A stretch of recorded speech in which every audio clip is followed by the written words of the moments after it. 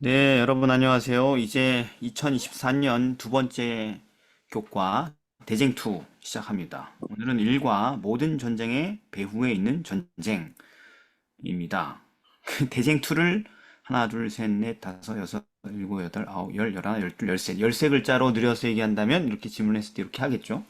음, 대쟁2 이렇게 하면 되는데 그냥 글 좀 잘 쓰는 분이라서 그런지 이제 식상할까 봐 대쟁투란 모든 전쟁의 배후에 있는 진짜 전쟁이다. 이렇게 설명을 해놨습니다.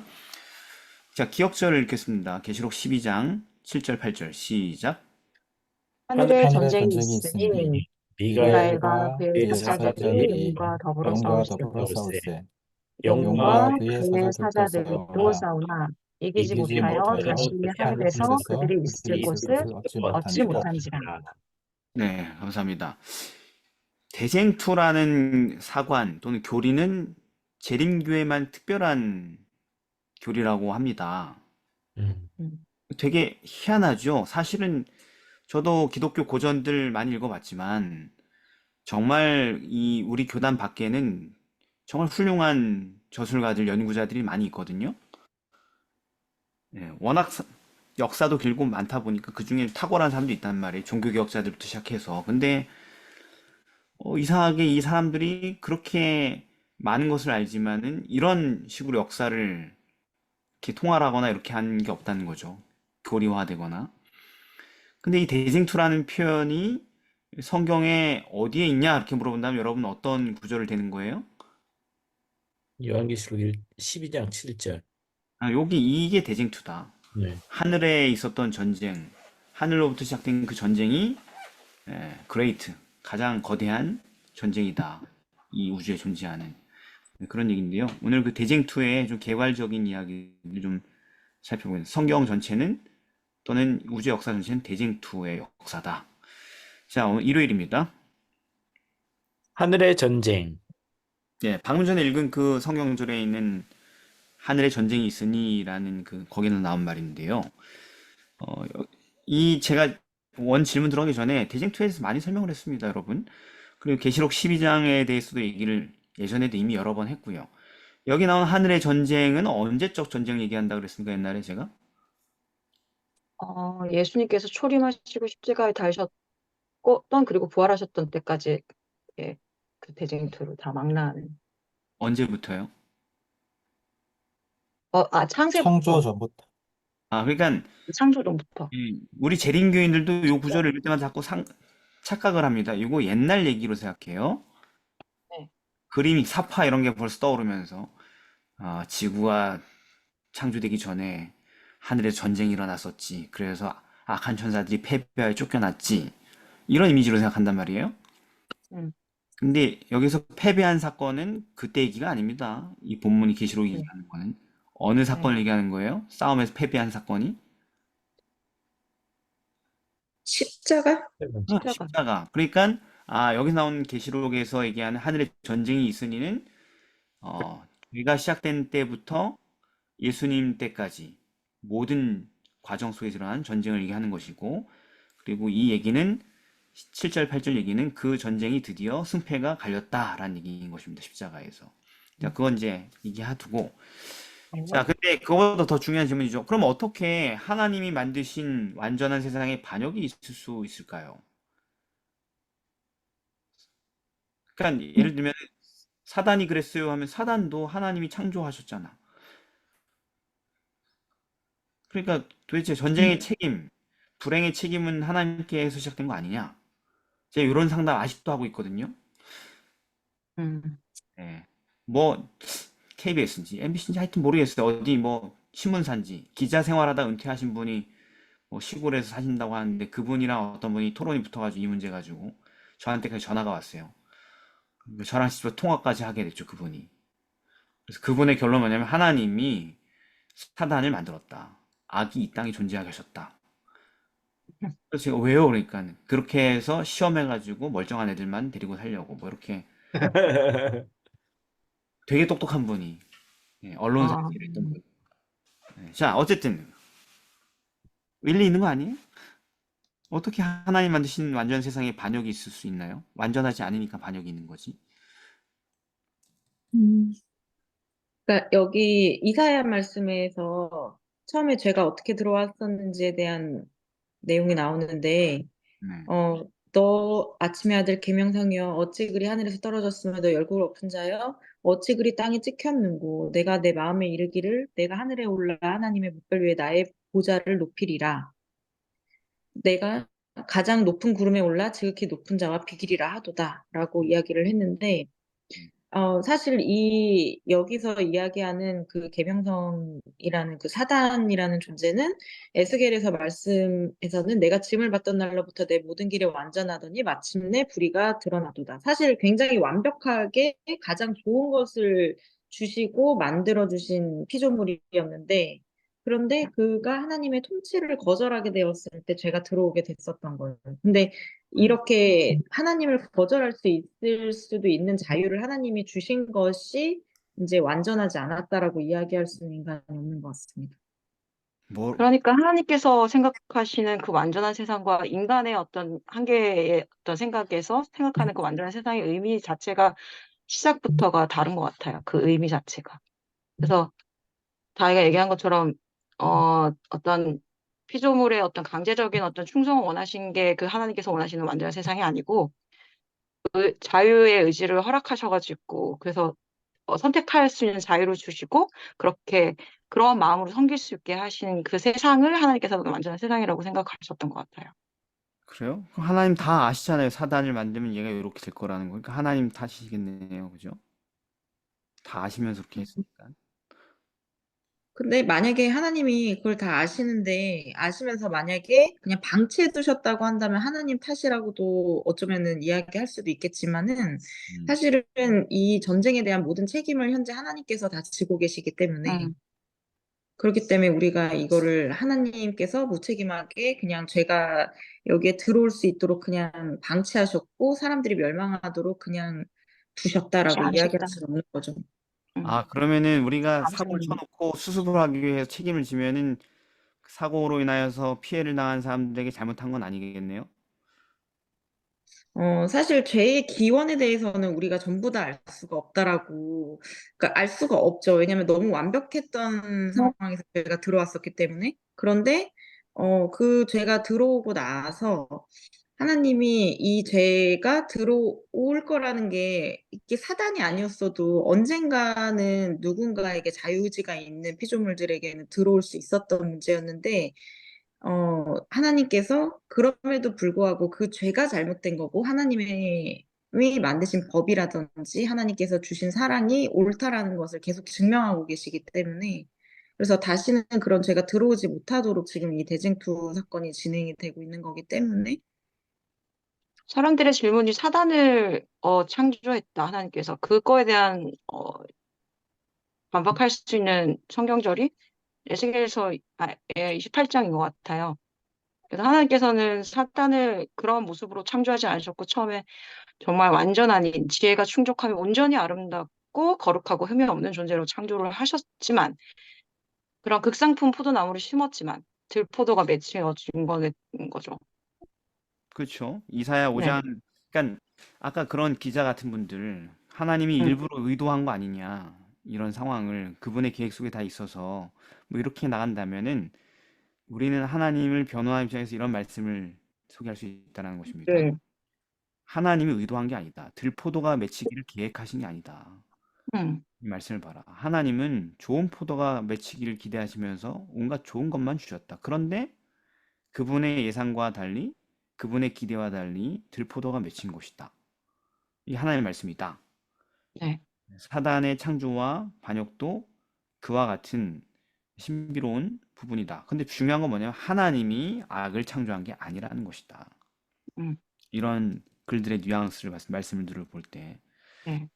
그래서 어, 하나님은 정말 좋은 일만 하셨단 말이죠. 근데 왜 반역과 전쟁이 일어나는가? 여러분들이 얘기한 것처럼 반역과 전쟁이 일어날 수 있는 유일한 가능성은 창조주께서 피조물들에게 자유의지를 허락했기 때문에 이 가능성이 존재했던 것이다. 예. 그런, 즉 하나님은 좋은 것만 주셨지만 문제는 어떤 피조물이 그 것들을 만족하지 않았다라는 것입니다. 하나님 주신 것들을. 그래서 이 자유의지가 되게 중요해요. 예수님도 예루살렘에 대해서 예루살렘아 예루살렘아 이러면서 내가 너희의 자녀를 모으려 한 일이 몇 번이냐 그러나 너희가 원치 아니하였도다. 자유의지가 이렇게 강력한 거예요. 예수님이 또는 하나님이 어, 좋은 계획을 갖고 있다 할지라도 저쪽에서 원하지 않으면 성사되지 않는 거예요. 자유의지는 정말 피조물에게 하나님께서 자기와 맞먹는 권리를 주신 거예요. 동등한 인격체로 교제할 수 있도록 만들기 위하여서. 예, 그래서 그러면 가장 완전한 세계와 존재를 선물 받은 피조물인 사탄이 뭐 더 가질 게 있어서 반란을 일으켰을까요? 그 자유의지를 가지고 말이죠.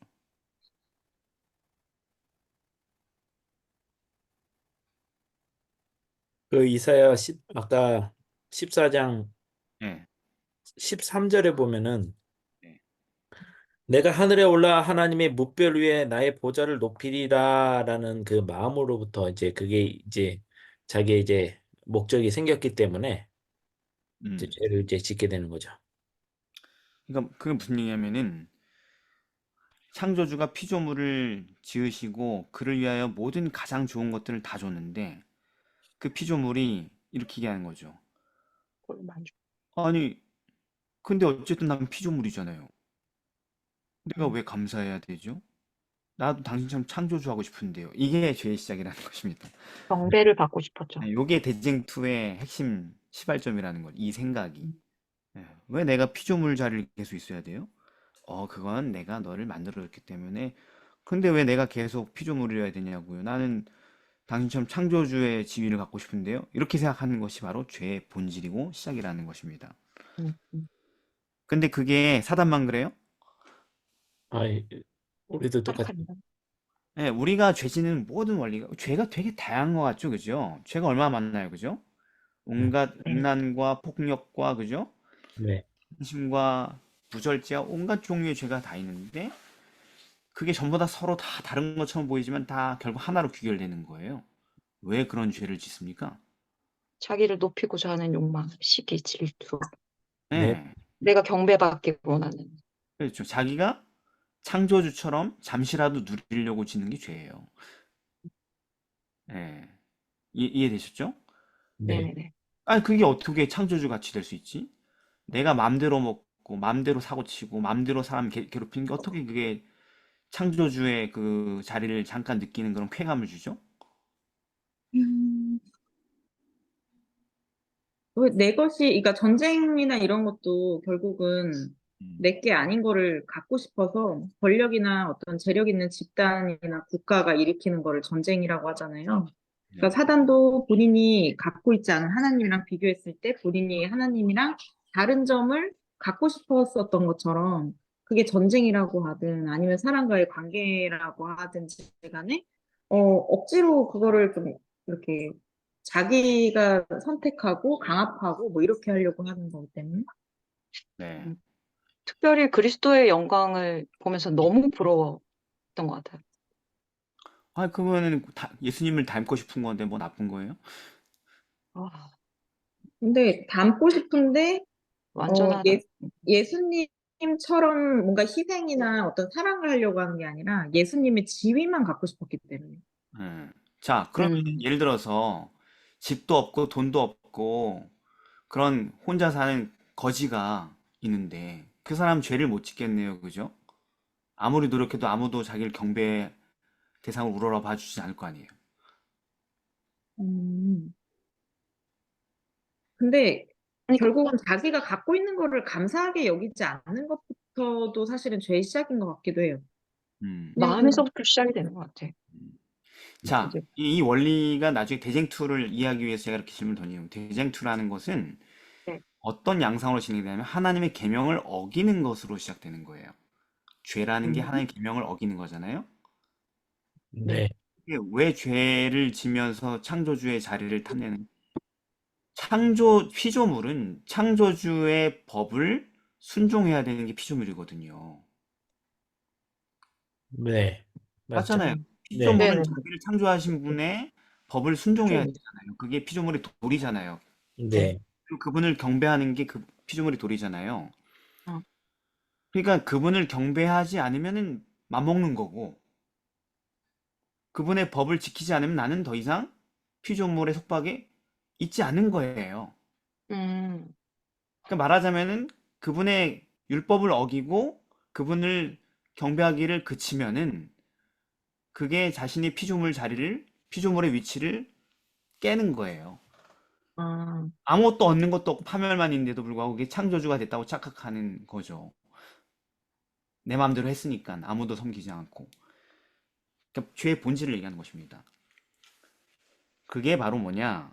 그게 사단의 대쟁투에서 전략이라는 거, 사람을 미혹하는, 아, 지적 존재를 미혹하는. 음. 자, 아무튼 그러니까 오늘날 일어나고 있는 수많은 갈등과 전쟁의 원인과 해결책이 뭔지 보입니까? 네. 뭡니까 그것은? 피조물은 창조주의 법을 네, 순종해야 돼요. 그렇습니다. 예, 피조물이 창조주께서 자기를 만드신 그 세계의 법도에 순종하고 창조를 마땅히 경배할 분으로 모시게 될 때, 그 뭐 요즘 우리말로 얘기하면 자아를 퇴위시킬 때, 음, 자아가 왕이 되려고 하는 그 정신을 굴복시키고 하나님을 왕으로 모실 때 이 모든 전쟁은 끝나는 거예요. 국가 간의 전쟁이든 개인 간의 전쟁이든 또는 가족 간의 전쟁이든 무슨 전쟁이든 말입니다. 그렇게 끝나는 것입니다. 음. 자, 이제 월요일로 넘어가겠습니다. 월요일은 뭡니까? 속이는 루시퍼, 승리하시는 그리스도. 자, 하늘에서 일어난 전쟁은 세상에 수많은 전쟁이 있잖아요. 네, 근데 이 전쟁의 양상이 어떤 전쟁이었습니까?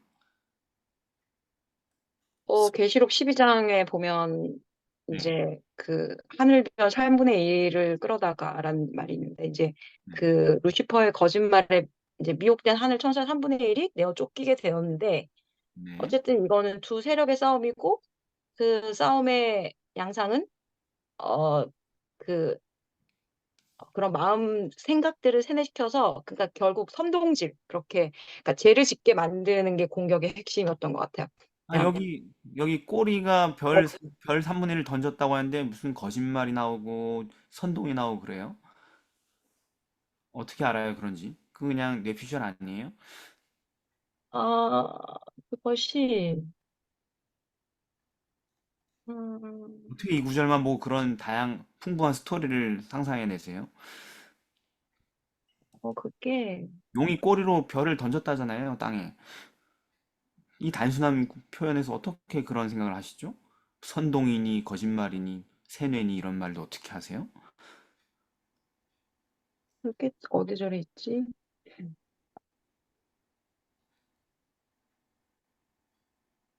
자, 전쟁의 네. 양상이 보니까 핵폭탄 날리고 아, 막 그죠? 레이저 빔 쏘고 이런 거 없습니다, 음, 그죠? 꼬리가, 예. 불의 검을 휘두르고 이런 얘기 아니에요. 네. 만약에 만화가들이나 이런 사람들이 이런 소재를 보면은 계시록 이 한 구절 읽고 아, 하늘의 전쟁을 한번 작화를 그려보자. 그러면 베스트셀러가 되리라 하면서 막 칼싸움하고 불 쏘고 막 이런 거 그리겠죠? 사람들은 이거 보고 그죠? 그렇죠. 막 사탄을 막 드래곤으로 확 이렇게 그리고 막 이렇게 네, 그러겠죠. 근데 그런 뜻이 아니고 예, 여기 보면 사단이 꼬리로 그 천사들을 전쟁에 규합시켰다고 써 있잖아요. 말하자면 네. 꼬리가 뭔가 꼬리가 뭔가를 살펴야 되는데 이사야 9장 15절 16절에 그 꼬리가 나와 있습니다. 이사야 9장 15절 16절 이런 표현들 그냥 쓴 게 아니에요. 성경을 다 찾아서 의미를 찾으라고 쓴 표현들이죠. 꼬리를 이렇게 기록했을 때는 자 뭐라고 써 있습니까? 이사야 9장 15, 16절 누가 찾으시면 읽어봅시다. 그 머리는 곧 장로와 존귀한 자요. 그 꼬리는 곧 거짓말을 가르치는 선지자라. 백성을 인도하는 자가 그들을 미혹하니 인도를 받은 자들이 멸망을 당하는도다. 예, 그 아까 이사야나 에스겔 보면은 사단은 가장 탁월한 존재였고 그룹 천사의 지위를 갖고 있어요. 천사들의 장이었다는 얘기죠, 말하자면. 그런데 천사들을 인도하는 자였는데 그가 꼬리로 그 천사들을 후려서 땅에 던졌다라는 건 뭐냐? 여기 꼬리는 거짓말을 가르친 선지자, 거짓 선지자 사역을 얘기하는 것입니다. 예, 예. 그러니까 진리가 아닌 거짓으로 사람들을 미혹해서 그릇 인도하여서 전쟁에 동참케 했다 이런 얘기죠. 이런 걸 뭐라고 하면 사상 전쟁이라고 그러죠.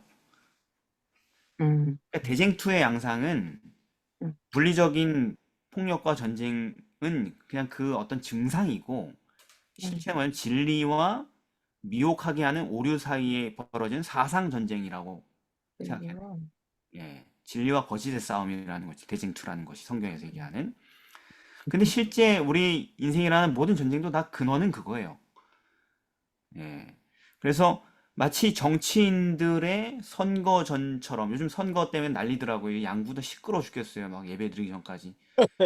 유세 차량들이 다니면서 막 소리 지르고 그래가지고 음, 뭐 4.10 총선 때 뭐 심판하자 뭐 말자 그러면서 막 그러는데 전쟁이죠 거의 뭐 총칼만 쓰지 않았다 싶지 뭐 그냥 거의 상대방을 죽여야 되는 전쟁이지 않습니까? 정치판이라는 게. 뭐 그렇죠. 근데 그 승패가 어디 달렸어요? 얼마나 많은 사람들의 마음을 미혹하고 우리 편으로 끌어오느냐 뭐 이런 거잖아요. 어, 그래서 이 대쟁투도 음, 사람들의 마음을 훔치는 그런 사상 전쟁이다. 그래서 진리는 그냥 진리를 선포하지 선동하지 않아요. 그런데 말씀에 하나님께서 말씀하신 그대로를 전달하는 것이 진리예요. 그런데 거짓은 뭐냐면은 온갖 방법으로 그 말씀을 꼬고 왜곡하고 예, 새로운 걸 만들어서 미혹하고 사람들의 욕망을 흔들어서 선동하고 그렇게 자기 세력에 동참시켜서 전쟁을 일으키는 것이 대쟁투의 싸움이라는 것입니다. 그러니까 그런 전쟁에서 어쨌든 사상 전쟁이 어떤 사람이 사상 전쟁이구나. 아유 다행이야. 난 또 총 맞아 죽는 줄 알았지. 이렇게 하면서 안심하는 사람도 있는데 참 어리석은 얘기죠, 그죠? 예. 총 안 맞고 한 90까지 살고 죽으면 되게 뭐 행복한 것처럼 그게 성공한 인생인 것처럼 착각하는 사람이 너무 많습니다, 이 세상에. 근데 네. 그게 아니라는 것이죠. 이거는 영원한 멸망과 영원한 생명의 결과를 가늠하는 전쟁이라는 말이에요. 그러니까 네, 우리가 이렇게 큰 전쟁에 휩쓸려 있는 상황인데 온갖 사상이 우리의 마음을 침투해 들어오고 휩쓸리는 상황인데 우리 같이 정보도 없고 힘도 없는 개인이 살아남기 위해 반드시 해야 할 일이 뭘까요? 생존법이 뭘까요? 이런 전쟁에서. 율법을 지키기로 선택하는 거죠. 예, 섬길 자를 선택해야 돼요. 그렇죠. 명확하게 선택을 해야 돼요. 음, 전쟁에 휩쓸린 우리가 전쟁에서 살아남기 위해서는 어느 가운데 없어요, 이 전쟁은. 네. 누가 막 쌀벌한 애들이 막 싸우는데 근데 제가 이게 쌀벌한 애들이 교실에서 서로의 세력을 규합해가지고 패싸움을 한다고 합시다. 옛날엔 그런 게 참 많았단 말이에요. 근데 제가 와 나는 네 편도 안 해고 네 편도 안 해가지고 안전하게 있을래 이렇게 할 수 없어요. 음, 네. 이쪽이든 저쪽이든 선택해야지 둘 다 선택하는 양쪽에서 다 그냥 나를 두들겨 팬단 말이죠.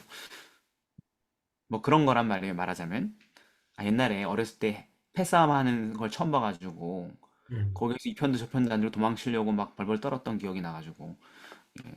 자, 그런데 여기서는 어떻게 해야 되냐? 어쨌든 한쪽 편에 붙어야지 그 편이 이기면 나 사는 거잖아요. 네, 그렇죠. 선택을 해야 된다는 것입니다. 아무것도 선택하지 않는 건 확실한 멸망이고 그렇죠. 어느 쪽에 베팅을 해야 된단 말이에요. 네. 네, 되게 지혜로운 줄 알아요. 회색 지대가 사람들이. 나는 교회에 그렇게 깊이 발도 안 들이고 음, 세상에 이렇게 깊이 물들지도 않고 되게 지혜롭고 균형적인 삶을 살고 있어요. 이렇게 얘기하는 분들이 되게 많단 말이에요. 그리고 목회자들 가운데도 그런 생각을 가진 분들은 저한테 자네는 왜 이렇게 지혜롭게 살질 못하냐고 이렇게 권고한단 말이에요. 가만 들어보면 지혜롭게 사는 게 양쪽에 양다리 걸치고 지혜롭게 균형지게 살라는 얘기인데 이 재림교인들은 그렇게 살 수가 없습니다. 신앙적인 면. 네, 그죠? 네. 그분들은 자기가 지혜롭다고 생각하지만은 그렇게 사는 분들이 있을 수 있으니까. 그런데 그건 지혜가 아니죠. 그죠? 그건 확실하게 죽는 방법입니다. 그렇죠.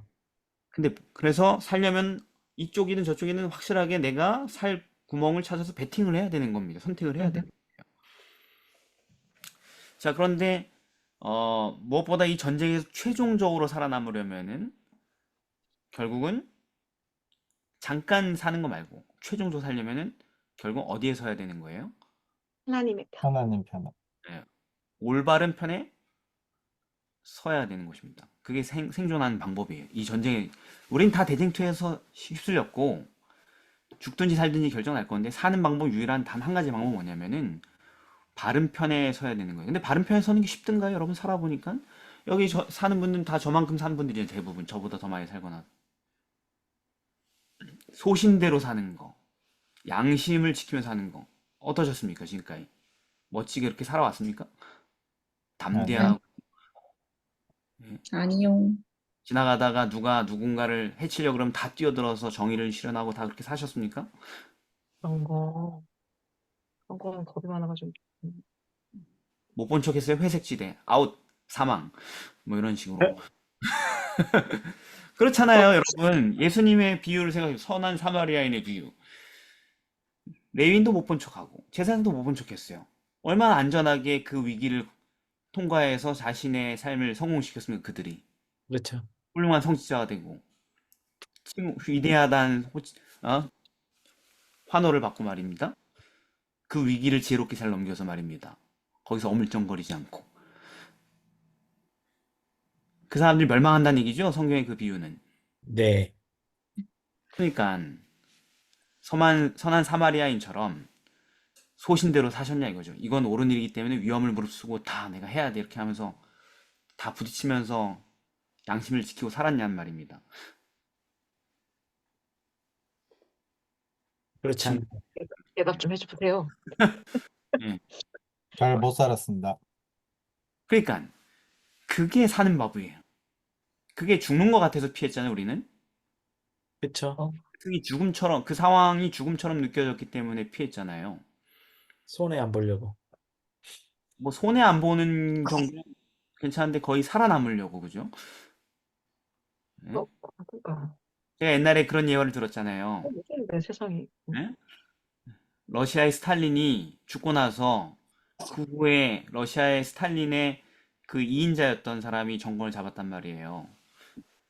근데 그 사람이 정권을 잡고 나서 정책을 바꿔가지고 옛날엔 그렇게 스탈린을 그냥 칭송하다가 죽고 나니까 스탈린이 얼마나 나쁜 사람이었는지 막 선전하고 다니면서 우리 이렇게 살지 말자 막 이렇게 얘기했단 말이죠. 근데 의회에서 그러면 스탈린이 양민들 학살할 때 당신 뭐 하고 있었습니까? 이렇게 누가 물어봤어. 손 들고 물어보진 않고 그냥. 그랬더니 누군지 못 봤어. 그러니까 예, 회의하다 연설하다 말고 방금 전에 그 말씀하신 분 누구세요? 잠깐 자리에서 일어나 주시겠습니까? 그랬더니만 일어났어요, 안 일어났어요? 안 일어났겠죠. 예, 그냥 무서운 침묵만 흘렀죠.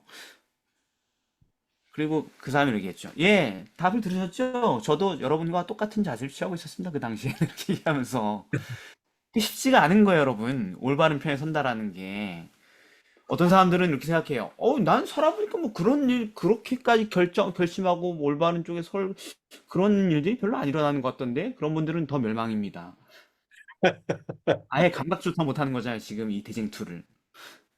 그렇죠, 그렇죠. 예. 그냥, 내가 살다 보니 그렇게 극단적인 선택할 일이 없던데? 예, 눈 멀고 귀 닫고, 눈 감고 귀 막고 살고 있기 때문에 그런 상황을 못 보는 거예요. 실제로도 길거리에서 누가 누군가를 해치고 있는데 제가 그 장면을 봤는데 저 혼자 뛰어들기 무서워가지고 상황을 지켜보고 있는데 마침 많은 사람들이 지나갔는데 그 사람들이 마치 앞에 아무것도 안 보이는 것처럼 전부 다 똑같이 지나갔더라고요.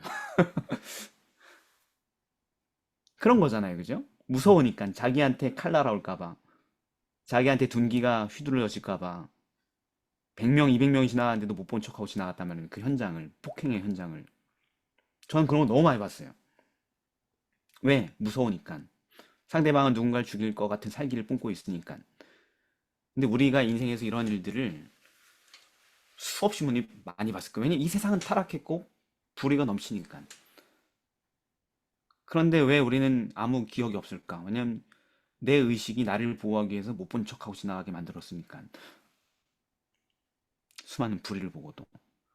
그런데 사는 법이 뭐라고요? 올바른 편에 서야 된다. 전쟁에 살아남는 올바른 편에 굳건하게 담대히 서야 된다라는 것입니다. 그죠? 네.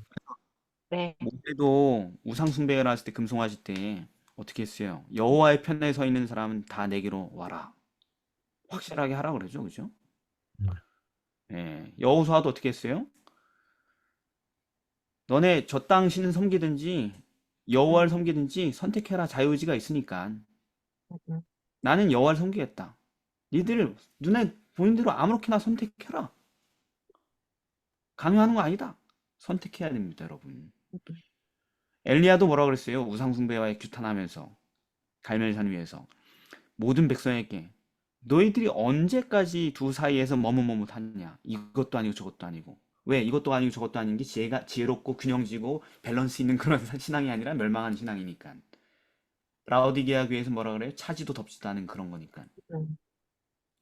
토하여 내치겠다고 한 그거니까. 하나님을 따를 건지 바알을 따를 건지 오늘 확실하게 결정해라. 예. 우리 재림교회 회색지대가 너무 많아요. 우리 목회자들도. 근데 그게 있잖아요. 성공해요. 이 세상에선. 이 세상엔 성공해요. 목회도 성공할 수 있고 사회생활도 성공할 수 있고 다 해요. 그러나 그것은 전쟁에서 필패입니다. 필패. 살아남으려면은 바보가 되고 손가락질 당하고 수치스러운 일을 당하고 모두의 적이 된다 할지라도 올바른 편에 굳게 서야 되는 것입니다. 만일 확실하게 어느 편에 설지 선택하지 않으면 난 끝까지 난 중용을 유지할 거야 뭐 이러면서 이렇게 하면 어떻게 될까요?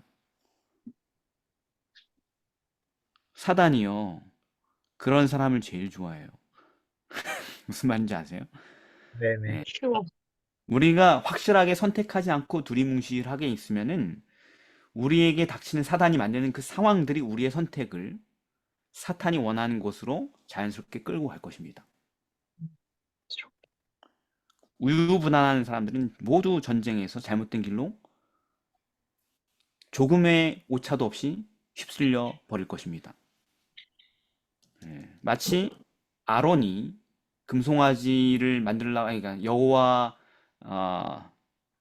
금송아지를 만들어서 우리를 인도하라고 했던 그 압력에 굴복한 것처럼 말입니다.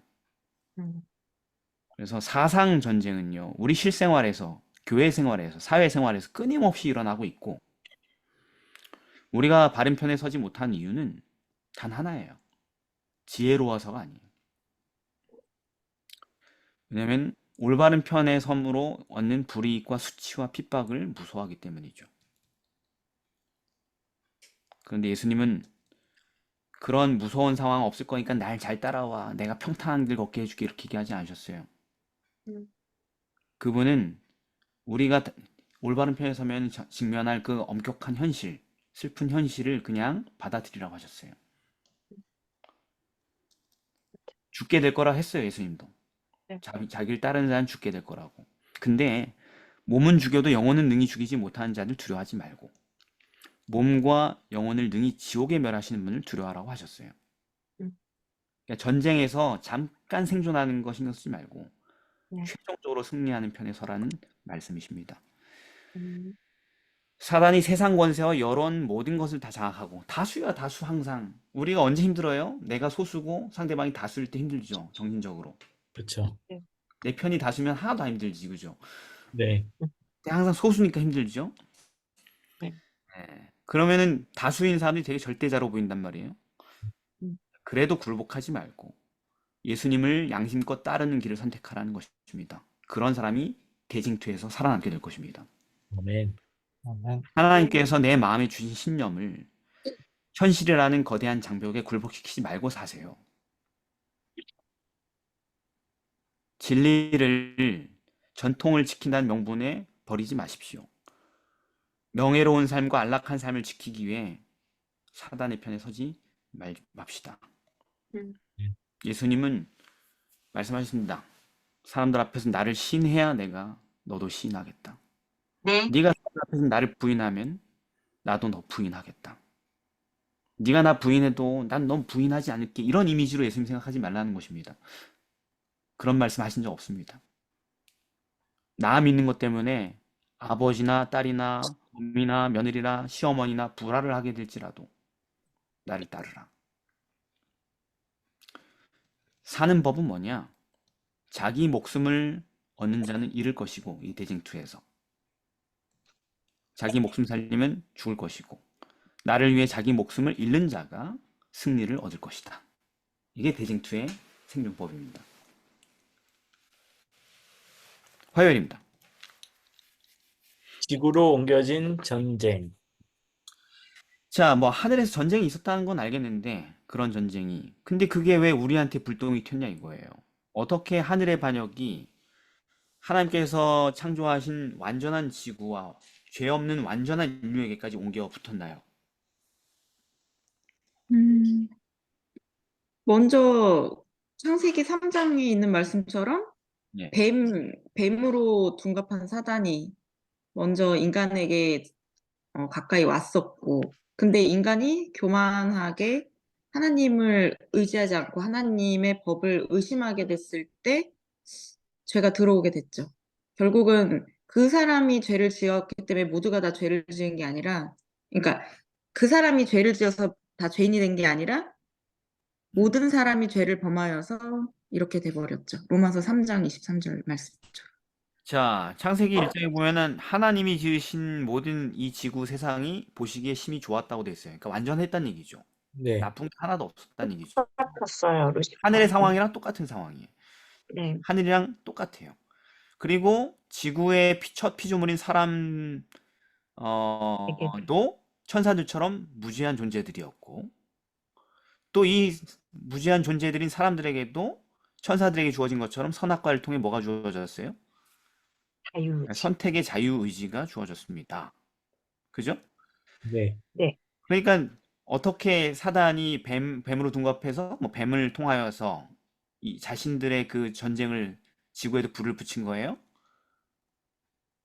거짓말.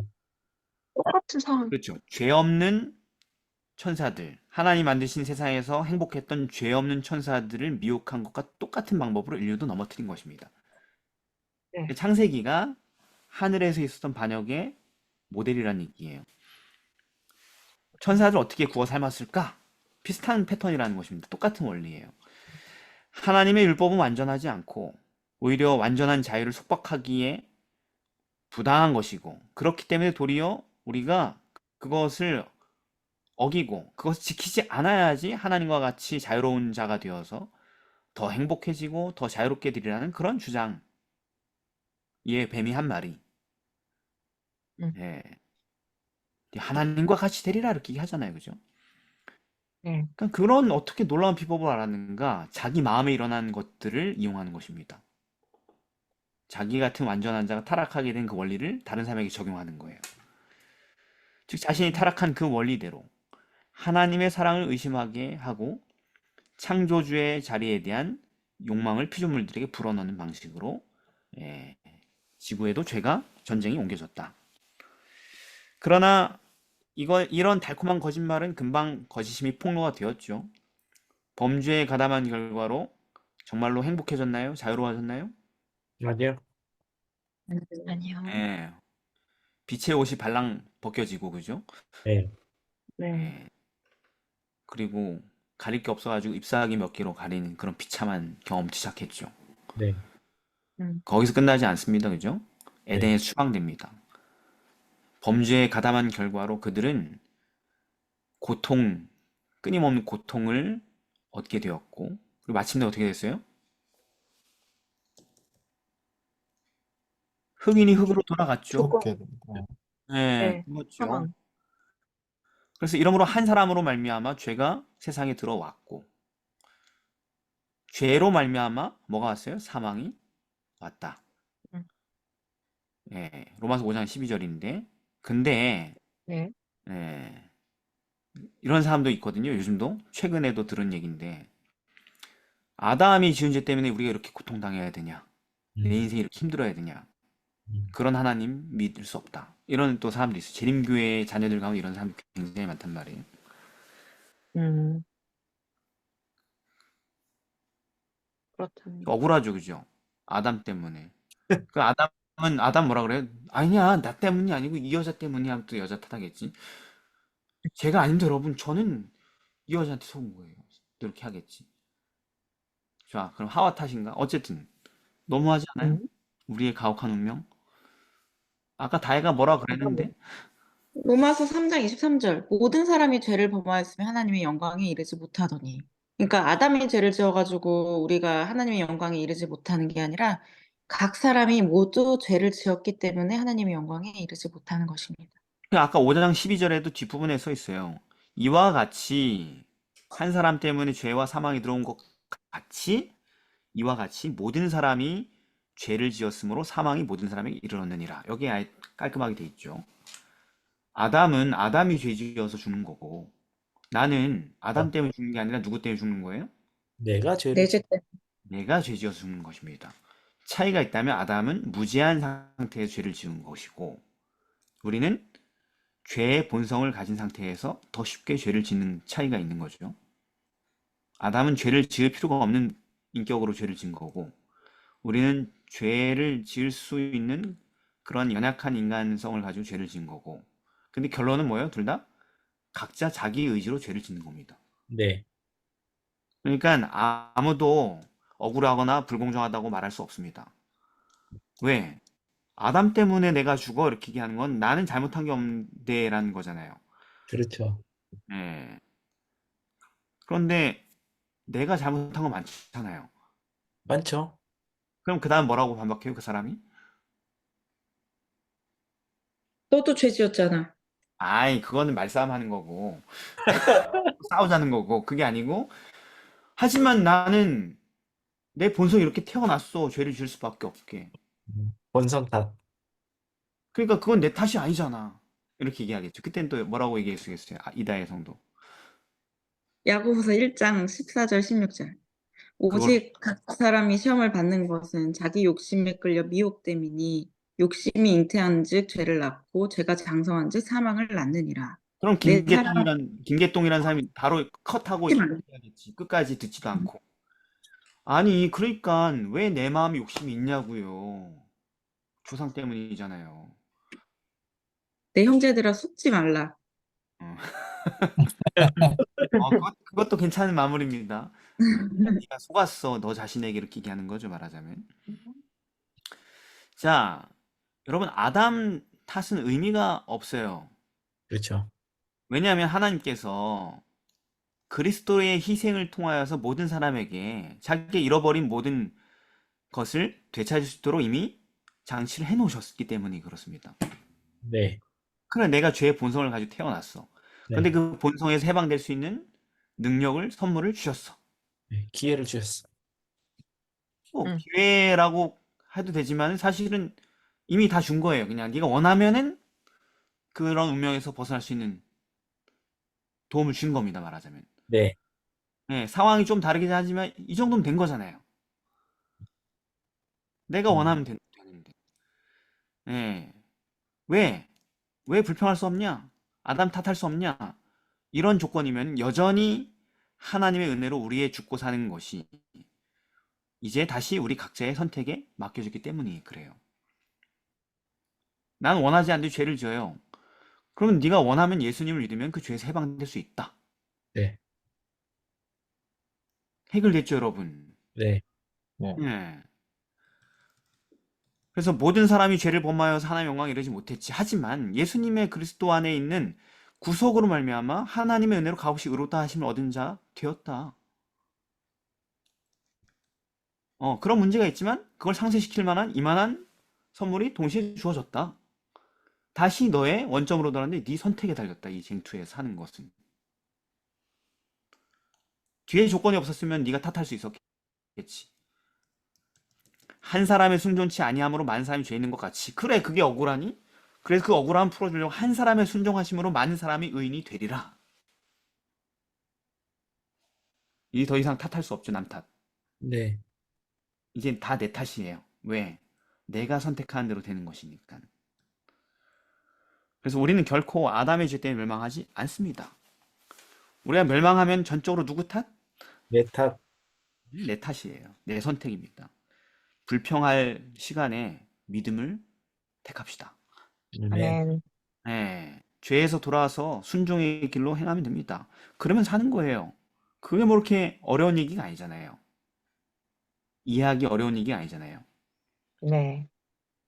단순합니다. 하나님은 결코 우리의 의사와 무관하게 우리를 멸하시려는 그런 계획을 세우지 않으셨어요. 음. 네 아버지 잘못 만나서 네 죽는 거야. 그런 줄 알아. 이렇게 얘기하지 않으신다고요. 오히려 성경에 뭐라 했어요? 아비의 죄로 아들을 죽이지 않는다고 써있죠. 그죠? 음. 그래서 우리에게 영생을 되찾아주는 것이 그분의 관심이고 그분의 일인 것입니다. 그러니까 공은 다시 우리에게로 온 거예요. 우리가 선택하는 것에 달려있는 것입니다. 그래서 아까 우리가 야고보서 1장 얘기한 것처럼 사람이 시험 받을 때 하나님께 시험 받는다고 하지 마라 이 얘기입니다. 다 네. 시험 받는 것은 네 자기 탓. 마귀의 말에 귀 기울인 네 탓이다. 진짜다. 그게. 예. 하나님께서 주시는 것은 모든 좋은 것과 온전한 선물들 그런 것만 주신다. 그분에겐 변함도 없고 회전한 그림자도 없다. 그분에겐 이만큼의 의욕도 없다는 얘기예요. 우리가 비난할 만한. 수요일입니다. 사랑하기 때문에. 자, 어쨌든 우리는 반역에 가담했어요. 그죠? 네. 여기 다 반역자들이에요. 네. 예, 하나님의 반역자, 하나님의 적들에게 동참해서 그 세력을 힘입어서 살았던 사람들입니다. 우리가 다. 그 반역에 대한 형벌은 오직 사형밖에 없어요. 네. 예. 그런데 이 반역에 가담한 인류가 용서받고 다시 살 길을 마련하기 위해 하나님께서 어떤 계획을 세우셨습니까? 여자의 후손을 통해 구원을 얻게 된다는 약속을 주셨어요. 창세기 3장 15절. 15절. 예. 자, 그런데 여기 이렇게 써 있습니다. 여자가 내가 너로 여자와 원수가 되게 하고 너의 후손도 여자의 후손과 원수가 되게 하리니 여자의 후손은 내 머리를 상하게 할 것이요 너는 그의 발꿈치를 상하게 할 것이다. 이게 바로 원복음이라고 알려진 최초의 구속의 계획을 설명해 놓은 문장입니다. 짧게. 그러니까 창세기에는 너가 누구예요? 여기 내가 너로 할 때 너가 누구예요? 하와? 뱀. 그냥 여자와 여자가 원수가 하와요. 있다는 예. 뱀. 뱀이죠, 뱀. 뱀. 뱀이 누구예요? 사탄. 사탄. 예, 창세기엔 사단이라는 얘기 없잖아요. 네. 뱀이 나올 뿐이지. 네네. 하지만 그 사단의 뱀의 정체가 어디서 나와요? 나중에? 계시록 12장 계시록 12장. 예, 또 계시록 20장에도 나오죠. 네. 두 번 예. 나와요. 예, 옛뱀 곧 마귀라고도 하는 사단이라고도 하는 온천하를 꿰는 자라. 용을 잡으니 곧 옛뱀이요 마귀요 사단이라. 계속 이렇게 나옵니다. 옛뱀 두 번 나온단 말이에요. 네. 처음 책에 나왔던 그 존재가 마지막 책에서 이렇게 명확하게 설명이 되고 있습니다. 네. 그거 안 설명봐도 그게 마귀인 줄 알지만. 그래서 그분은 우리와 같은 인간이 되어 오셔서 범죄한 인류를 대신해 인간의 대표로 형벌을 받으시고 그렇게 함으로 모든 죄인이 다 용서받고 다시 영원히 살 길을 계획하신 것입니다. 그게 구속의 계획이에요. 그래서 그분의 희생은 여기서 보면은 이 원복음 보면은 우리를 구원한다 이런 얘기는 안 해 있고 어떤 얘기가 나와 있어요? 그 뱀의 머리를 상하게 할 것이다. 네, 뱀의 머리를 상하게 한다는 건 뭐예요? 그의 희생이 뱀의 모든 지금까지 해온 대쟁투 사업에 임한 모든 악한 사업을 무너뜨리고 음. 그 죄의 장본인인 사탄을 멸망시켜서 다시는 그 거짓말이 우주를 위협하지 못하게 만들 것이다. 이런 장엄한 얘기예요. 네. 그걸 깨부신다는 얘기가. 네네. 네. 그러니까 무슨 이 하나님의 아들이 오셔서 죄인을 위해 죽으신다는 이 예언이 창세기부터 모든 성경에 계속 반복되는 구속의 경륜이죠. 네. 그래서 뭐 계시록에서도 여자가 아이를 베어 해산하게 되며 아파서 부르짖더라. 그래서 결국은 용이 방해했지만은 5절에 여자가 아들을 낳는데 성공했고 장차 철장으로 만국을 다스릴 남자다. 사단의 머리를 깨부술 남자라는 거죠. 음.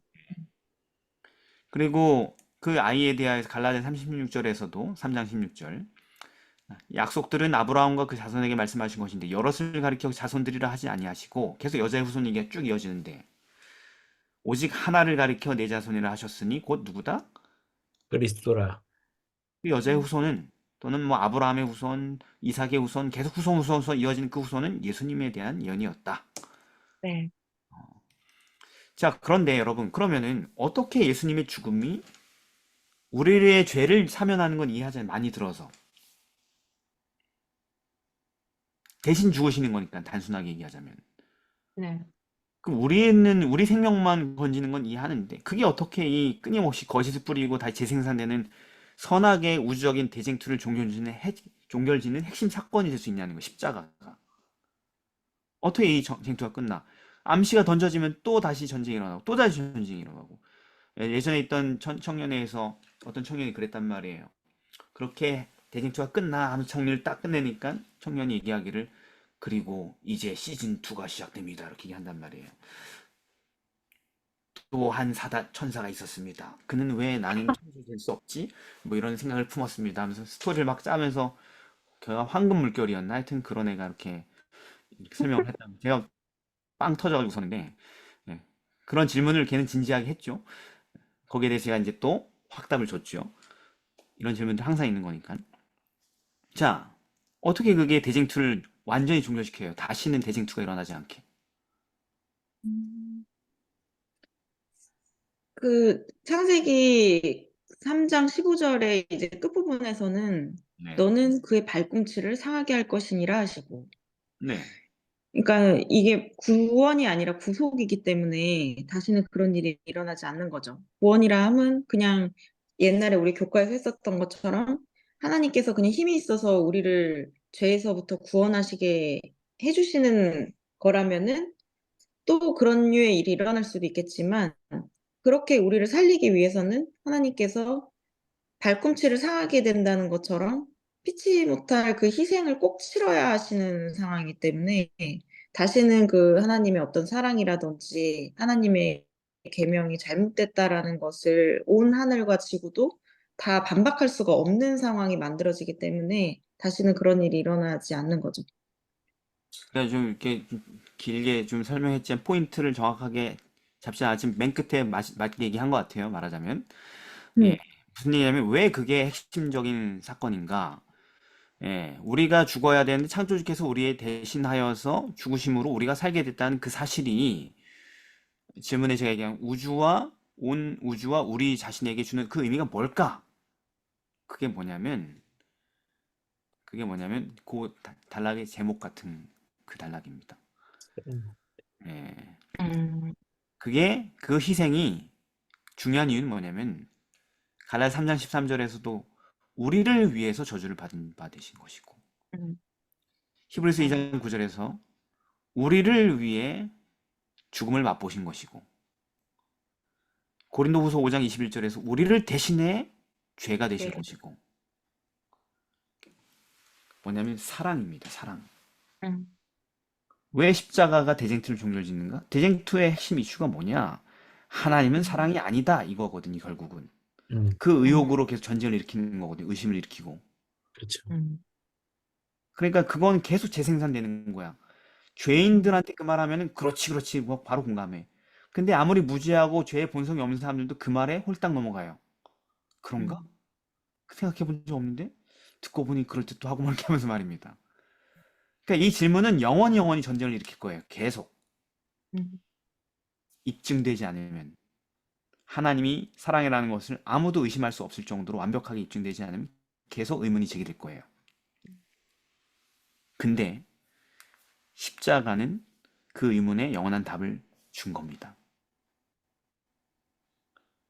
창조주께서 자기의 피조물들을 얼마나 진정으로 사랑하셨는지, 그래서 그와 같은 고난과 굴욕과 수치 가운데 죽는 것을 기꺼이 선택하실 수 있었을까? 바로 이 엄청난 사실이 마침내 온 우주에 영원히 확립된 사건 십자가예요. 이건 확실한 역사가 되었기 때문에 영원히 지구는, 아니, 전 우주는 이제 거짓말에서 안전하게 된 것입니다. 그래서 승리한 거예요. 머리가 깨져버린 거예요. 사탄은 창조주는 피조물을 사랑하지 않은 독재자라는 거짓 명분으로 전쟁을 계속 끌고 왔는데, 모든 세계가 이젠 그것이 아주 새빨간 거짓말이라는 사실을 확실하게 알게 되므로 이 사상 전쟁은 종결된 것이나 마찬가지인 것입니다. 그래서 요한일서에서 4장 7절 11절 보면은 사랑하는 자들아 우리가 서로 사랑하자. 사랑은 하나님께 속한 것이니 사랑하는 자마다 하나님께로서 나서 하나님을 알고 사랑하지 아니하는 자는 하나님을 알지 못하나니 이는 하나님은 사랑이심이라. 이런 결론적인 얘기를 하는 것입니다. 신앙에. 하나님의 사랑이 어떻게 나타난 바 되었나? 여태까지는 하나님의 수많은 사랑이 나타난 바 돼도 여러분 보십시오. 하나님 얼마나 많이 사랑을 나타냈어요. 천연계와 일상생활을 통하여서. 그죠? 네. 우리 각자의 모든 전생에, 지구 역사에. 근데 그렇게 사랑을 수없이 퍼부어대도 사람들이 의심하지 않아요. 의심해요. 맨날 사랑받고 케어받고 하는 아내가 남편으로부터 필요한 모든 것을 제공받고 남편이 매일 수고하고 희생하고 그 아내를 돕는데도 불구하고 그 여자는 넌 날 사랑하지 않아 계속 의심하는 겁니다. 이런 걸 해준 건 고맙지만 날 진정으로 사랑하진 않잖아. 계속 의심하는 거죠. 정신병이죠 거의. 그렇죠. 네, 우리가 좀 정신병이에요. 왜 이렇게 의심을 계속하고 사는지. 오늘도 의심하고 살았잖아요. 그죠? 네. 정신병이죠 진짜. 약간 이건 무슨 정신병이라고 할까요? 하여튼 망상장애라고 해야 되나? 피해 망상장애 뭐 이런 건가? 하여튼 그런데 마침내 우리가 납득할 수 있는 하나님의 사랑이 나타났다. 그 누구도 반박할 수 없는 사랑은 이렇게 나타났으니 하나님이 자기 독생자를 세상에 보내심은 저로 말미암아 우리를 살리려 하심이라. 사랑은 여기 있으니 우리가 하나님 사랑한 것이 아니 오직 하나님이 우리를 사랑하사 우리 죄를 위하여 화목제로 그 아들을 보내신 것이다. 사랑이 완전히 확립된 겁니다. 그러므로 우리 교인들에게 귀에 닳고 다른 흔한 이야기, 그 무슨 얘기? 그리스도의 십자가 이야기죠. 아무 느낌도 없고 감흥도 없는 십자가 이야기죠. 많은 사람들에게. 단상에서 누가 뭐 십자가로 좀 감동을 주려고 막 열변을 토해도 별로 무심하죠, 그죠? 또 저 얘기한다 하면서. 예. 근데 그 십자가를 차분하게 다시 생각해 보게 되길 바랍니다. 우리는 마귀로부터 매일 매 시간 분초마다 야, 하나님은 널 사랑하지 않아. 네 꼬라지를 봐. 이렇게 얘기한단 말이에요. 그런 암시를 수도 없이 들어왔고 우리의 무의식은 대부분 그렇게 세뇌가 됐습니다. 그게 내가 불행하고 슬픈 진짜 이유예요. 근데 십자가 위에 처참하게 훼손되고 매달리신 예수님의 시신은 이런 혼잡스러운 생각으로 범민하고 있는 우리에게 말해주는 것입니다. 하나님은 널 사랑하신다. 이렇게까지 널 정말로 사랑하신다. 그게 확립된 순간 우리는 인생의 모든 문제 끝나는 거예요. 마지막 목요일입니다. 오늘 좀 길었는데요. 중요한 부분이라서. 우리의 대제사장. 이제 마무리입니다. 이미 너무 깊이 반역에 가담해서 사실상 예수님을 그렇게 끔찍한 죽음으로 내몬 당사자인 우리가 그러니까 나랑 상관없이 죽으신 게 아니고 내가 죽인 거, 내가 살인자예요. 그런 우리가 어떻게 아무렇지도 않게 다시 희망 가운데 새로운 삶을 살아갈 수 있단 말일까요? 내가 끔찍한 죽음으로 내몬 건 맞지만 그분이 살아나셨다는 것, 부활하셨다는 거에 포커스를 맞추고 네. 음, 그 무덤에 찾아가서 죽으셨던 예수님을 찾아갔던 마리아 여인들이 달라질 수 있었던 그 삶이 달라질 수 있었던 건 예수님의 부활을 본 이후에 진짜 정말 살아계신 주님을 만나게 된 것처럼 거기에서 그러고 그들은 예수님의 살아나신 부활을 증거하면서 살 수 있었던 거잖아요. 내 양을 먹이며. 네. 그래서 새로운 삶을 살아갈 수 있지 않을까. 자, 그분의 여러분, 은혜를 의식했고 네, 가롯 유다 어떻게 됐어요? 결국 자살했습니다. 네, 가롯 유다는 자기가 예수님을 죽인 건 아니에요. 근데 예수님을 팔았죠. 네. 그것도 네, 죽을 거라고 생각하고 판 것도 아니에요. 네. 죽일 의도가 없었어요. 전혀. 그런데 예수님이 그냥 저항하지 않고 죽음을 받아들이는 모습을 보면 충격에 빠지죠. 네. 네, 결국 자기가 죽인 거와 마찬가지라고 생각했어요. 음, 음, 그래서 유다도 정신없이 살다가 미친 사람처럼 행동하다가 갑자기 눈이 열리고 정신이 들어서 자기가 무슨 죄를 저지른지 알게 된 것입니다. 네, 그리고 자살했어요. 감당할 수 없어서. 음, 어느 날 우리 눈이 열리고 정신이 제대로 들어와서 우리가 저지른 잘못과 죄가 얼마나 끔찍하고 컸는지 알게 된다면 음, 지금 우리 잘 모르고 살거든요. 우리가 얼마나 네, 큰 죄를 짓고 살았는지. 그렇죠. 근데 그걸 보게 되면은요. 진짜 모든 희망이 사라지고 그냥 불안하고 망할 운명만 확실하게 된 공포에 압도될 것입니다. 음, 그래서 유다처럼 자살이라도 해서 그냥 그 괴로움을 견디는 것을 끝내길 원하게 될 겁니다. 우리가 지은 죄가 뭔지 알게 되면. 음. 그래서 유다도 죽었고. 근데 여러분 유다만큼이나 끔찍한 죄를 저지르고도 죽지 않고 새 희망으로 다시 살게 된 사람이 있죠? 누구예요? 베드로. 베드로. 베드로. 네, 전혀 밀리지 않아요, 베드로가. 베드로는 더 음, 했어. 네. 베드로는 그냥 예수님 바로 보는 앞에서 나 이 사람 모른다고요 하면서 막 세 번이나 막 강조해 힘껏 얘기했단 말이에요. 네. 음, 이건 정말 죽어 마땅한 거죠. 그렇죠. 근데 세 번째 딱 부인했을 때 누가 돌아보셨어요? 예수님. 예수님. 예수님. 누가 보면 예수님이 돌아보셨죠. 그 눈을 딱 마주쳤죠. 그리고 나가서 심히 통곡했다고 써있는데 심히 통곡했다는 얘기가 뭐냐면 예수님을 부인했던 자기의 행동, 죄가 너무 커서 음, 차라리 죽기를 구했다는 얘기예요. 네. 네.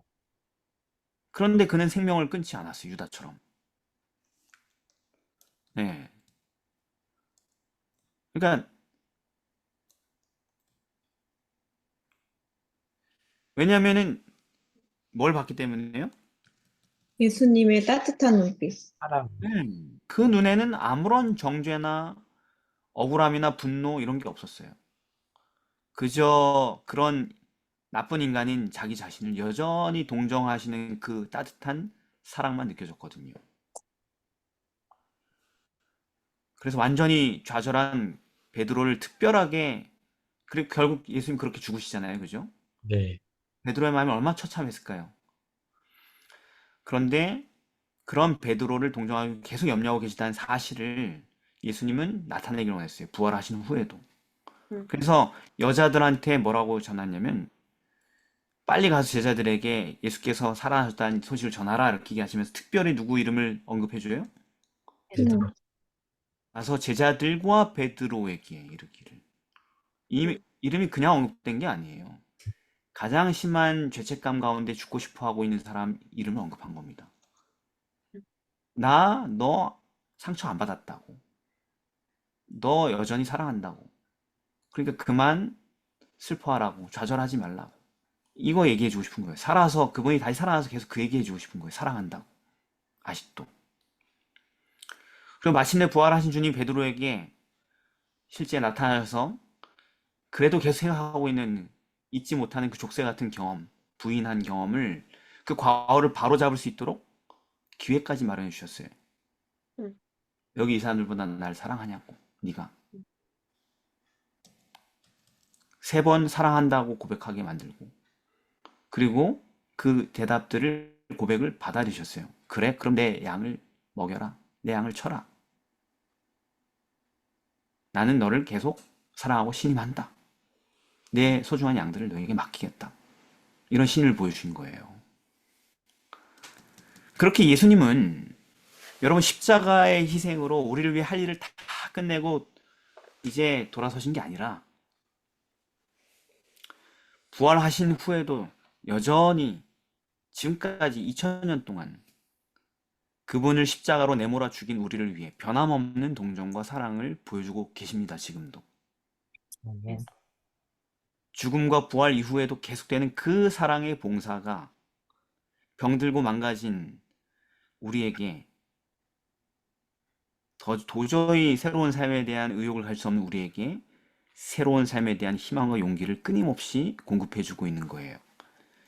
그게 뭐예요? 그분이 하고 있는 그 사역이 한마디로 중보사. 예, 대제사장. 대제사장 사역인 것입니다. 그게 그 의미인 것입니다.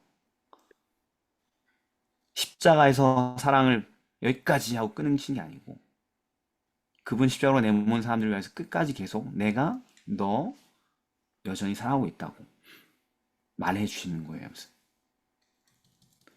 그래서 그분은 우리 연약함을 채우려 하지 않은 자가 아니고 그래서 우리가 긍휼하심을 받고 지금도 때를 따라 돕는 은혜를 얻기 위해 지금 날 돕기 위해 손을 펴고 계시니까 그래서 기꺼이 이런 더러운 죄인이지만 은혜의 보좌 앞에 담대히 나갈 수 있다.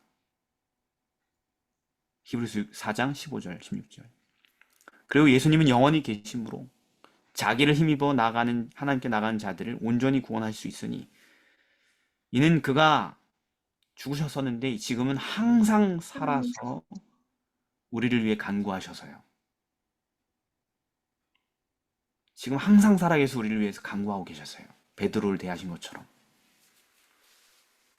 그러니까 우리가 나갈 수 있는 거예요. 그렇게까지 완전하게 계속 용서해 주시니까.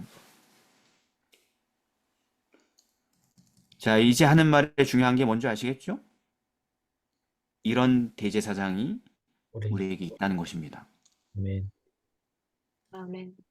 그래서 그분의 이 사역은 마치 한 번으로도 도저히 그 사랑의 깊이를 가늠할 수 없는 십자가의 희생을 한 번만 해도 우리가 그죠? 영원히 갖지 못할 사랑인데 근데 그 한 번만 해도 그 엄청난 영원한 그 사랑을 무한히 계속 반복적으로 주는 것이 바로 그분의 대제사장 사역이에요. 그래서 이런 끊임없는 희생과 사랑의 또는 긍휼의 사역은 도저히 강을 멀리 건너와 돌아갈 수 없을 만큼 반역한 우리가 이 대쟁투란 전쟁에서 안전하게 보존되어서 영원한 하늘까지 도달하기까지 계속 되는 것입니다. 아멘. 그래서 예수님은 아버지여 내게 주신 자가 다 나와 함께 있어서 우리 안에 있게 되길 바랍니다. 라고 고백한 거예요. 그래서 바울은 이런 놀라운 사랑을 다 알았기 때문에 히브리서도 바울이 쓴 거거든요. 그죠? 그래서 바울은 확신 가운데 얘기할 수 있었던 거예요. 그러니 우리가 무슨 말을 하냐? 하나님이 이렇게 우리를 위하신데 누가 우리의 대적이 되겠냐? 자기 아들을 아끼지 않고 우리 모든 삶에 내어주신 이가 어떻게 그 아들과 함께 우리에게 모든 것을 선물로 주지 않겠느냐? 여기 자기 아들을 아끼지 않고 내어줬다라는 얘기가 뭐냐면요. 십자가에 내어줬다. 단지 그게 아니에요. 영원히 내어줬다라는 거예요. 영원히. 아멘. 우리에게 아들을 영원히 내어줬다는 얘기예요. 십자가부터 계속 지금까지 앞으로도. 그러니까 누가 우리를 정죄해요? 그리스도께서 다시 살아나셔서 우리를 위해 간구하고 계신데 누가 이런 그리스도의 사랑에서 우리를 끊어요? 환난, 곤고, 핍박, 기근, 적신, 위험, 칼. 우리는 이 모든 일에 우리를 사랑하신 분 때문에 넉넉히 이긴다고 말할 수 있다. 나는 확신한다. 그 어떤 것도 우리 주 그리스도 예수 안에 있는 하나님의 사랑에서 우리를 끊을 수 없다.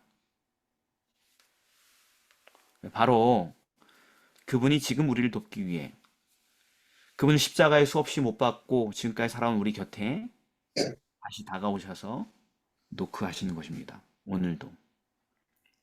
볼지어다 내가 문 밖에 서서 두드리노니 누구든지 내 음성을 듣고 문을 열면 내가 그에게 들어가 그로 더불어 먹고 그는 나로 더불어 먹으리라. 이게 바로 마지막 부분. 제목이 뭐였어요? 우리의 대제사장이라는 단어의 의미인 것입니다. 자, 오늘 여기까지 하겠습니다. 기도하겠습니다. 사랑의 아버지 하나님, 대쟁투의 전반적인 그림을 다시 한번 공부하게 하시니 감사드립니다.